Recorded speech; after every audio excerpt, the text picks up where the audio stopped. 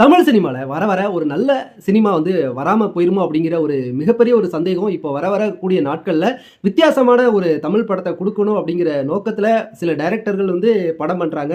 அவங்க படம் பண்ணி அத வந்து எதுல போடலாம் அப்படின்னா வந்து YouTubeல போடலாம். வந்து அதுக்குன்னு சொல்லி சில கேட்டகரி இருக்கு. அதுல நீங்க போட்டுக்கிட்டு உங்க திறமைய நீங்க வந்து அதுல காட்டுங்க.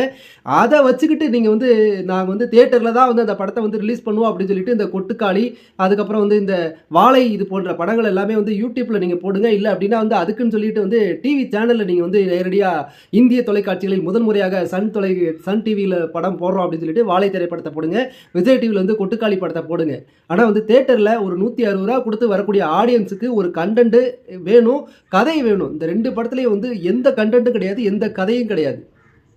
நம்ம டைரக்டரை பார்த்ததே இல்ல. சூரிய வச்சு படத்தை எடுக்கிறது இல்லாம அவனையே ஒழிக்கிற மாதிரி பண்ணிட்டான். படம் கொட்டுக்காளி இல்ல ஒக்காளி. வாழ்க்கையில படத்தை நான் பார்த்ததே இல்லைங்க.